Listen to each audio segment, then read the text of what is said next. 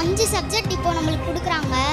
3 subject வந்து fail ஆயிட்டு 2 subject வந்து பாஸ் ஆனா அந்த ஃபெயில் ஆனதா எல்லாம் சொல்றாங்க. ஒரு கிணறு இருக்கு, தாண்டுற 5 சப்ஜெக்ட்ங்கிறது தாண்டி வருது. நான் 3/4 கிணறு தாண்டிட்டேன்னா தண்ணியில் விழுந்துட்டேனா? நீ ஜெயிக்கணும் அப்படின்னு சொன்னா 3/4 கிணறுலாம் தாண்ட முடியாது, முழு கிணற தாண்டணும். இன்னொரு விஷயம் என்னன்னா, கோல் கீப்பர் தெரியுமா உனக்கு? ஃபுட்பால் தெரியுமா? கோல் கீப்பர்ல கோல் எவ்வளவு பிடிச்சானோ அது இல்லை, அது எல்லாரும் மறந்துடுவாங்க. அவன் எந்த கோலை தவற விட்டானோ இந்த உலகம் அதை தான் பேசிக்கிட்டே இருக்கும்.